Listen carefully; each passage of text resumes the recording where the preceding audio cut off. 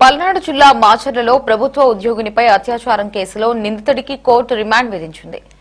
నిందితుడు నామాల శ్రీనివాసరావును పోలీసులు రాత్రి అరెస్ట్ చేశారు. ఇవాళ ఉదయం మాచర్ల కోర్టు జడ్జి ముందు ప్రవేశపెట్టారు. అతడికి 14 రోజుల జ్యుడిషియల్ రిమాండ్ విధించగా గురజాల సబ్ జైలుకు తరలించారు.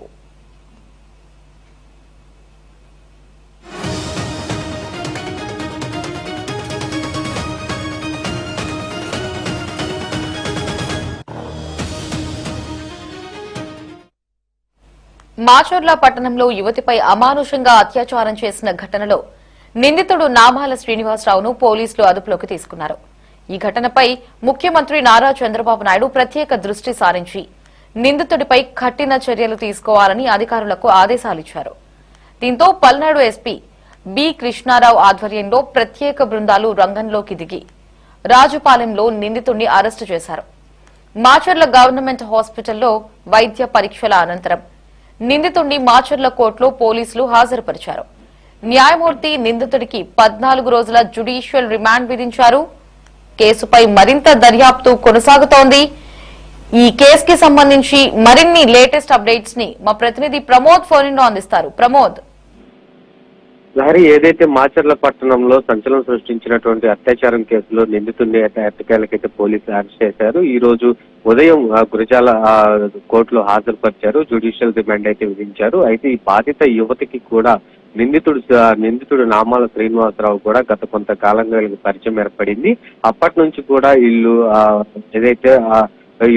ప్రియుడు శ్రీనివాసరావు వీరిద్దరి మధ్యలో గొడవల కారణంగానే ఆ మద్యం తాగి ఆమె ఇంట్లోకి వెళ్లి అక్కడ చెలరేగినటువంటి వివాదం ద్వారా ఆమెను రేప్ చేయాల్సి వచ్చిందంటూ కూడా కొంత చెప్పినటువంటి సందర్భం. అయితే అసలు ఆ యువతి మాత్రం ఇప్పటికీ కూడా అతను మన 2 రోజులు కూడా ఎప్పుడైతే GGH కి తీసుకొచ్చినప్పుడు కూడా ఎవరు రేప్ చేసినటువంటి వ్యక్తులు ఎవరో కూడా నాకు తెలియదు అంటూ చెప్పింది. అయితే యువతి ఇచ్చిన సమాచారం మేరకు మాత్రమే అతని సీసీ ఫుటేజ్ సంబంధించినటువంటి వీడియో విజువల్స్ తీసుకున్న తర్వాత ఇతని మీద అనుమానం ఉంది అంటూ కూడా పోలీసులు ఆమెకు చూపించిన తర్వాత అప్పుడు ఎవరైతే నిందితుడు నామాల శ్రీనివాసరావును గుర్తుపట్టి ఇతనే రేప్ చేసిందంటూ కూడా చెప్పినటువంటి సందర్భం. అయితే మరింత లోతుగా విచారిస్తున్నటువంటి ఆ పోలీసులు అయితే ఈ కేసులో కీలక పరిణామం చోటు చేస్తుందని చెప్పుకోవాలి. ఎవరైతే అసలు గుర్తు తెలియని వ్యక్తి రేప్ చేశాడని చెప్పినటువంటి మహిళ కానీ అతను నా ప్రియుడే అంటూ చెప్పినటువంటి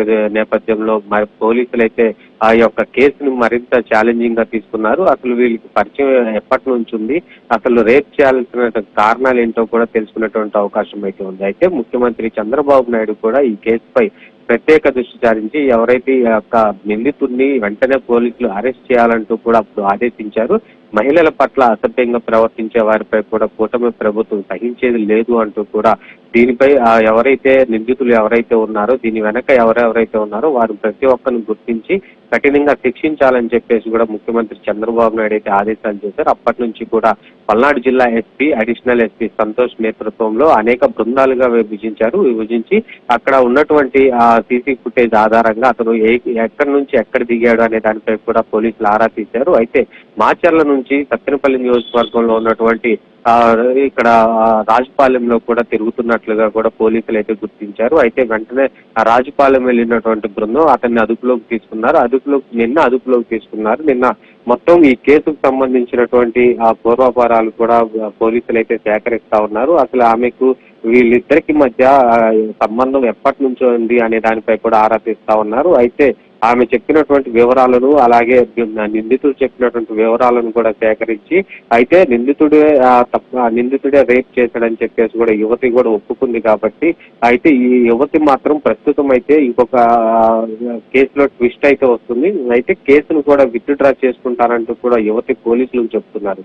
అయితే యువతి చెప్పినటువంటి అభ్యర్థనను మాత్రం పోలీసులు అయితే వినట్లేదు. అయితే నిందితుడిని మాత్రం తప్పకుండా జ్యుడిషియల్ ఏదైతే కోర్టులో సమర్పించాల్సింది. ఆల్రెడీ దీనిపై రేపుకు సంబంధించిన అత్యాచారం కేసు నమోదైంది కాబట్టి తప్పనిసరిగా ఈ కేసులో ముద్దాయిని ప్రత్యక్షపరచాలంటూ కూడా ఈ రోజు కోర్టులో హాజరుపరచడంతో ఇరువురి వాదనలు ఉన్నటువంటి న్యాయస్థానం అక్కడ నామాల శ్రీనివాసరావుకి 14 రోజులైతే రిమాండ్ విధించింది. అయితే దీని తర్వాత మహిళకు సంబంధించినటువంటి మరింత విచారణ జరిగేటువంటి అవకాశం అయితే ఉంది. మహిళ కూడా ఇప్పుడే ప్రస్తుతం అయితే ఆ పోలీసుల అదుపులోనే మహిళ కూడా ఉంది. అయితే ఈ మహిళ ఆ కేసును తప్పుదోవ పట్టించే క్రమంలో ఏమైనా చేస్తుందనే దానిపై కూడా ఆరా తీస్తా ఉన్నారు. ఈ కేసును తప్పుదోవ పట్టిస్తే మాత్రం ఆమెను కూడా శిక్షించేటువంటి అవకాశం అయితే ఉంది. లహరి.